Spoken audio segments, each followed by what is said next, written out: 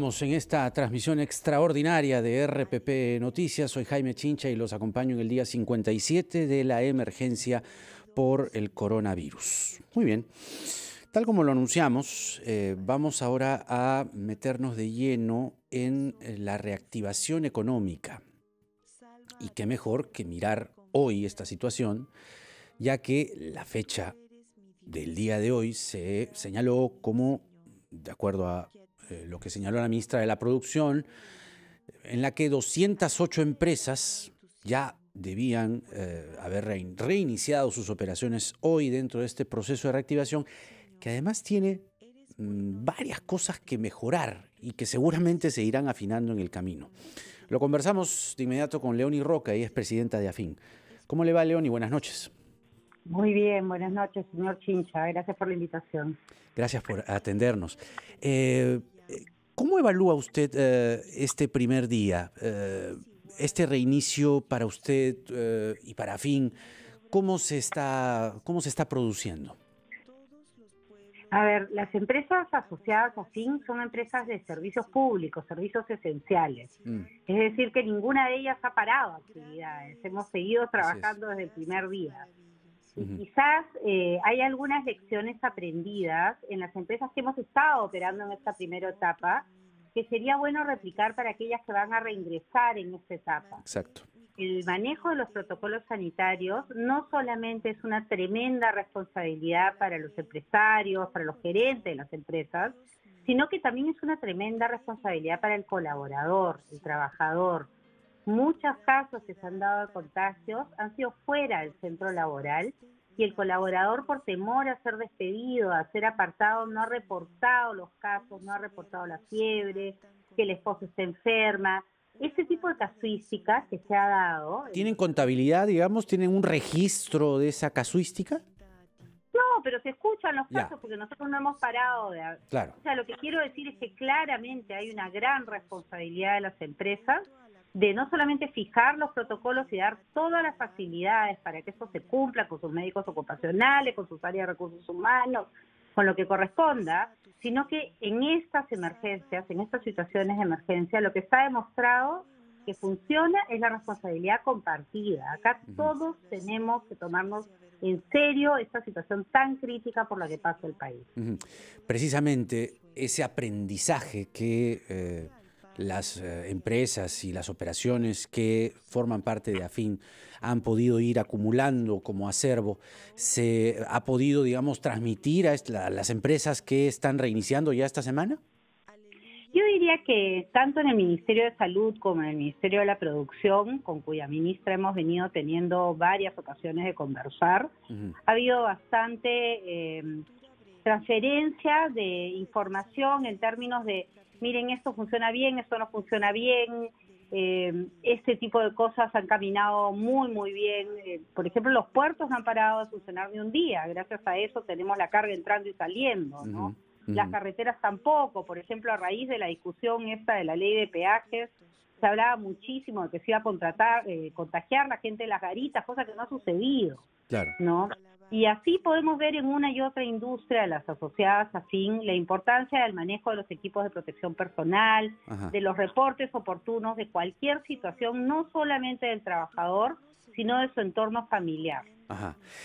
Qué importante que nos recuerde la situación, digamos, que podría eventualmente, ya usted nos lo dirá, que se va a presentar en las carreteras, porque una de las varias observaciones que se hizo a la ley aprobada por el Congreso es que el mantenimiento regular que hacían las empresas concesionarias se queda automáticamente suspendido con la propia normativa.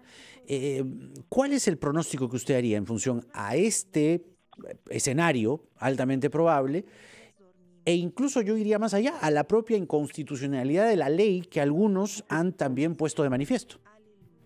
A ver, las sociedades concesionarias que administran los servicios públicos no pueden dejar de prestar esos servicios, independientemente de que salga una ley inconstitucional que les diga que no pueden cobrar ni un sol. La situación hoy día para todas estas empresas es ver cómo hacen para, con su flujo de caja igual a cero, seguir prestando los servicios que según sus contratos tienen que seguir prestando. Entonces el gran reto, que no es un reto menor, y yo entiendo perfectamente la dificultad de enfrentar una emergencia y pensar al mismo tiempo qué viene el día después, ¿no? El gran reto que tenemos en general en servicios públicos en el Perú es, por un lado, mantener la sostenibilidad de estos servicios esenciales y, por otro lado, construir una plataforma que permita tener más servicios, porque acabamos de escuchar en los titulares lo que está pasando en Iquitos. Poca gente sabe que hoy día, si se hubieran hecho las cosas bien en preinversión, Chimbote y Piura tendrían un nuevo hospital de salud equivalente al Keirin y el Barton, administrados por privados, con equipos de protección personal, obligatoriamente puestos por el concesionario, pero las cosas no se hicieron en su momento. Entonces, hay que capturar la oportunidad, tomar las lecciones aprendidas y empezar una nueva ola de expansión de los servicios públicos, sobre todo los servicios públicos sociales, de electrificación rural, de conectividad, internet, de todo lo que es salud, por supuesto. Salud ha demostrado que estamos súper rezagados, ¿no? Y hay experiencias. Entonces, el problema de la ley aprobada por el Congreso no es solamente la situación que hablamos del mantenimiento. No, es una primera señal que damos. Es decir, ¿en qué país estamos donde uno celebra un contrato y puede venir un Congreso y en 2 días, porque así se aprobó la autógrafa originalmente, aprobar un proyecto de ley sin mayor discusión, sin un análisis de los costos y los riesgos que eso trae? Esto no solamente afecta a las sociedades concesionarias de carreteras, afecta al sistema de inversión privada, y en un país, en un Perú, en el que en el futuro próximo vamos a tener un Estado con menos recaudación, con deuda que ha tenido que contraer para seguir manteniendo sus servicios, evidentemente vamos a tener que recurrir a la inversión privada. Entonces es fundamental cuidarla, darle señales de estabilidad. Países cercanos como Colombia, por ejemplo, han hecho cosas como no suspender. O sea, en el Perú desde el primer día se dijo, tú no pagas tu recibo de electricidad, no pagas tu recibo de teléfono, no importa, no te corto. ¿Qué hizo Colombia? Colombia creó un plan mínimo de telecomunicaciones. Si no lo pagabas, pasabas ese plan y el Estado lo subsidia. De esa manera garantizas la continuidad de los servicios y no comprometes el futuro de tus servicios. Ahí es importante porque, a ver, no es que ni un lado ni otro, es decir, podría ser una figura, ¿no? Acá se hizo el bono, digamos, pero en Colombia el ejemplo que usted está citando es digamos, son los mismos ingredientes, pero con un diseño mucho mejor pensado, en el que no pierde uno y no pierde el otro, digamos, que es lo que ha estado faltando un poco en el plan del gobierno, ¿no? Claro, pero en Colombia las empresas de telecomunicaciones, de las cuales depende la conectividad del país, no han sufrido una morosidad del 50%. Entonces, lo que quiero decir es que esa dicotomía entre el Estado, el ciudadano y la tricotomía, no sé cómo llamarlo, Estado, ciudadanos y empresas, todos enfrentados y todos con intereses distintos, es una mentira. Acá nuevamente, como le ponía el ejemplo en el tema de los protocolos de seguridad, acá si no estamos velando por mantener nuestras empresas, que son las que brindan los servicios y que adicionalmente generan empleo, simplemente lo que va a terminar pasando es que vamos a tener más desempleo y eternamente vamos a tener que dar bonos y no va a haber impuestos para pagar esos bonos. Entonces, todos perdemos. El escenario que, tal como nos lo está describiendo, percibe usted, es preocupante. Es decir, ¿cómo ve desde afín usted no solo la reactivación, sino, ¿qué pasa en la fase 4 de la reactivación para ustedes? ¿Qué proyección se puede mirar con las cosas que tenemos ahora de cara a un cierre del año? Bueno, el cierre del año va a ser muy malo, ¿no? Y eso ya lo ha dicho el presidente del Banco Central, la misma ministra de Economía. Creo que en lo que nos toca a nosotros, que son servicios esenciales, nosotros tenemos que distinguir 2 cosas, como le decía. Uno, cómo darle sostenibilidad a lo que ya tenemos, no comprometer lo que ya hemos avanzado. Y lo otro es cómo empezar un siguiente ciclo. Le pongo algunos ejemplos. Los aeropuertos, ¿ya? Tenemos 3 grupos de empresas que manejan los aeropuertos en el Perú.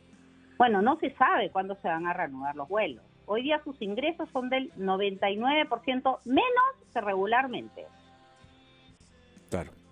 ¿Hay una agenda para ver cómo enfrentar esta situación? No, no la hay. No. Nadie está previendo eso. No nos estamos reuniendo con IATA, con el Ministerio de Comercio Exterior, con el Ministerio de Transportes, viendo cuáles van a ser las proyecciones de tráfico. Nuevamente, esto no va a llegar mañana, pero sí va a llegar en julio, agosto, y ojalá las empresas lleguen para entonces. Porque si no, ¿quién va a administrar esos aeropuertos? ¿Corpa? ¿Con qué recursos? ¿Los recursos que se deberían dedicar a salud y educación? Claro. Avianca ha anunciado el fin de semana ya su quiebra inminente. Así es. Algunas otras empresas, digamos, se sabe que también están en la misma situación, en el mismo camino. Algunas otras aerolíneas. ¿Qué otra clase de empresas tiene conocimiento usted? En general, lo que yo he visto de reportes de la industria de aeropuertos y de aviación comercial es que se estima que los tráficos se van a regularizar para el 2024. Es decir, estamos hablando de escenarios ¿Cómo que bien... los tráficos a como estaban antes del 6 de marzo, digamos? Así es. O sea, en el mundo, digamos, Claro. pre-COVID, post-COVID, ¿no? 2024. Nuevamente, esto es dinámico, Claro. es totalmente dinámico, pero... Y así como eso tenemos otros sectores, hidrocarburos, por ejemplo, ¿no? Sigue existiendo la obligación de seguir produciendo y produciendo y produciendo. Sin embargo, no hay dónde almacenarlos porque nadie está consumiendo combustible. Entonces, hay montones de situaciones en medio de esta crisis en la que estamos que no están siendo resueltas porque no hay interlocución, no hay un comando que esté mirando la emergencia. ¿Cómo hago que la emergencia no me mate para dentro de 2 meses, Claro. dentro de 3 meses? Claro. Permítanos una pausa, Leoni, por favor. Sí, claro, porque encantada. queremos seguir desarrollando 2 o 3 cosas que usted ha mencionado que nos parece sumamente importante poder ampliarlas. Antes la pausa. Todo sobre el coronavirus.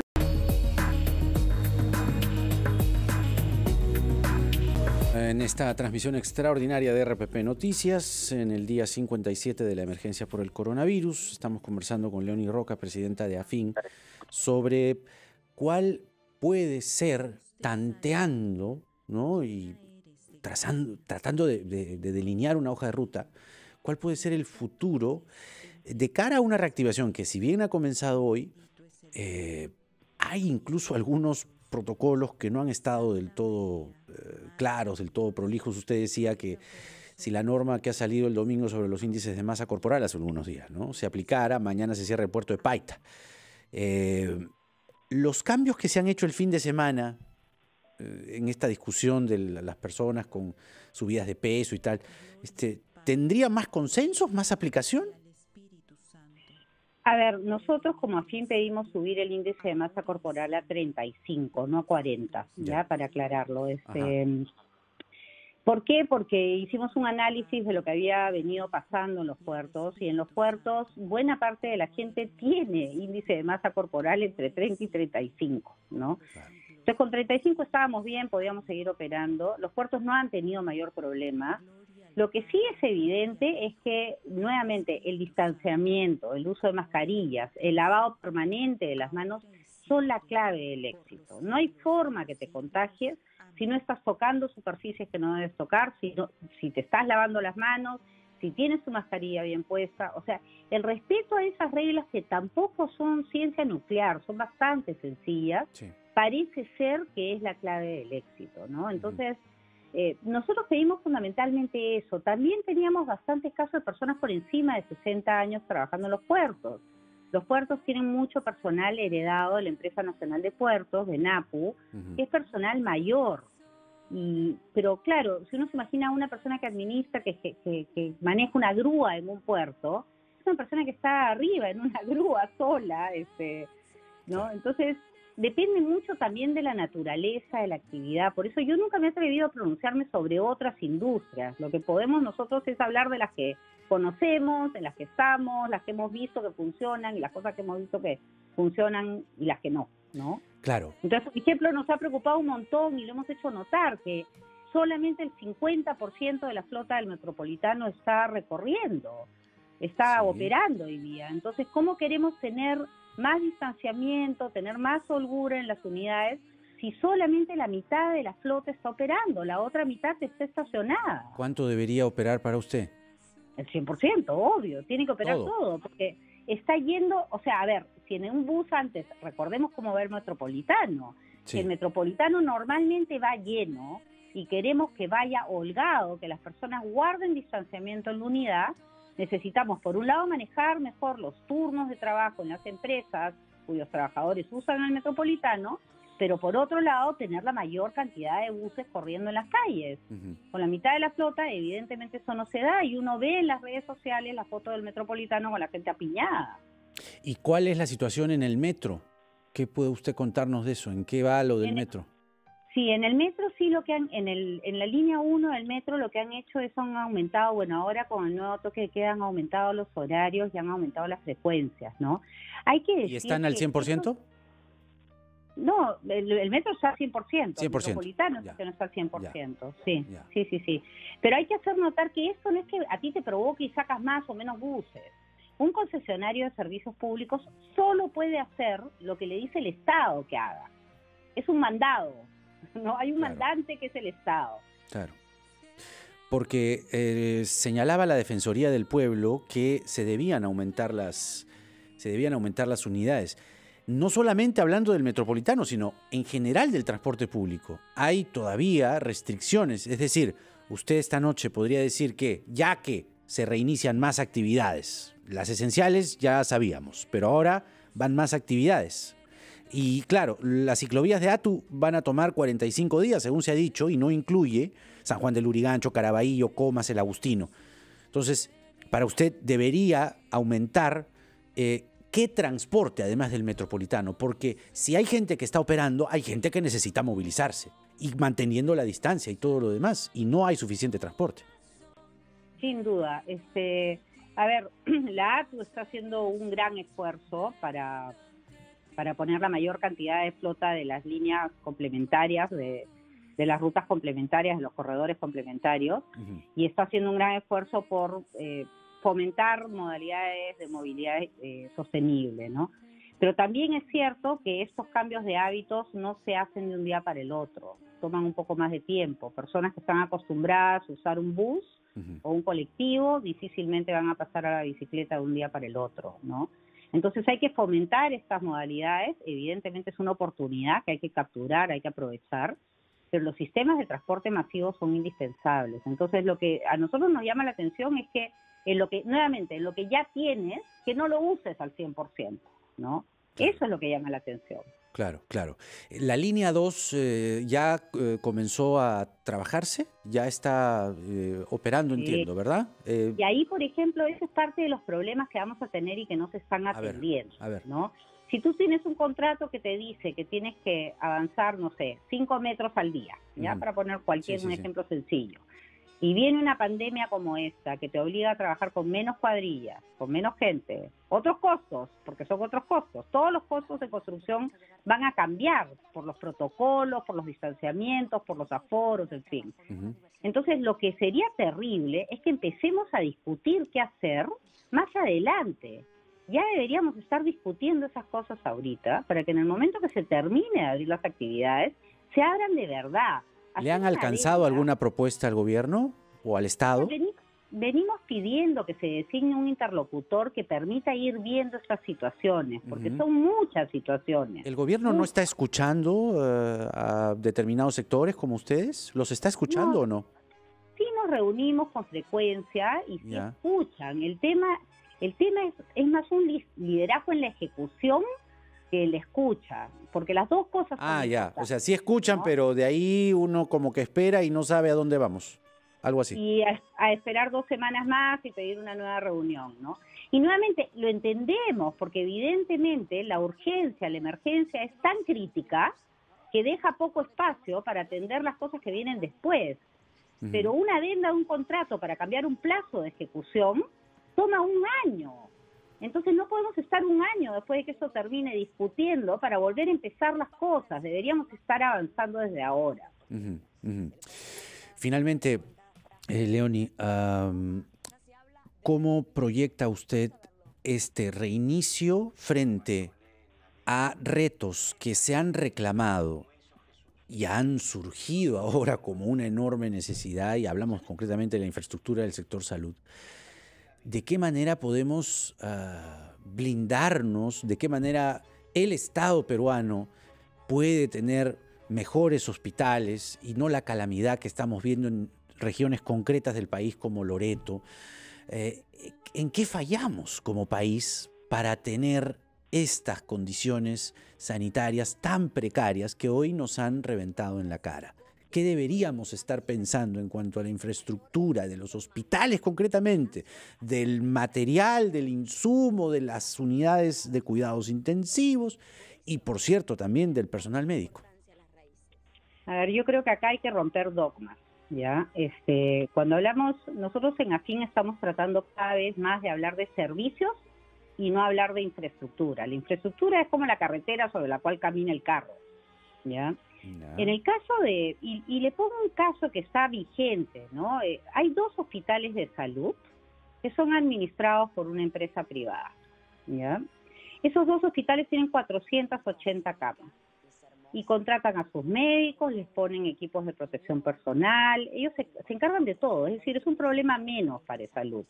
A salud le cuesta menos mantener esos hospitales que los suyos propios. Ya. Entonces la pregunta del millón es si tenemos una evidencia, porque esto no se trata de construir. En los últimos años hemos licitado para construcción 50 hospitales. Ahora, en Loreto sí, 50, ¿no? En Loreto hay una demanda enorme ahí, el hospital ya rebasó hace tiempo. Pero nuevamente, el problema no empieza ni termina en el hospital. El hospital tienes que equiparlo, tienes que poner a la gente, tienes que poner laboratorio, tienes que poner los servicios de imágenes. O sea, hay una entrega de un servicio que es lo relevante. Lo relevante no es tener las 4 paredes y tener un monstruo. En el Perú hay 26 proyectos de hospitales, claro, 26 proyectos de hospitales que o han sido cancelados o están demorados, y eso no incluye la implementación, es solamente el casco.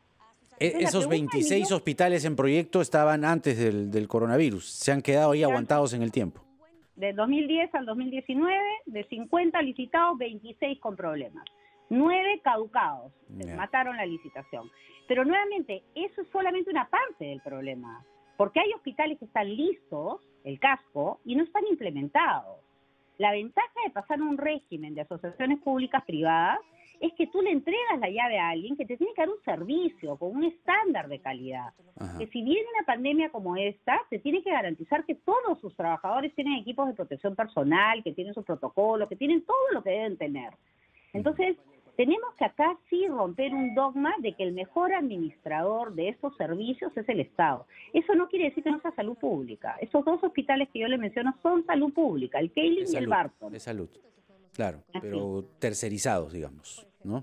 Tienen un administrador, tienen alguien a quien le piden cuentas, que tiene estándares de servicio, y si no cumplen con los estándares de servicio, los penalizan. Claro.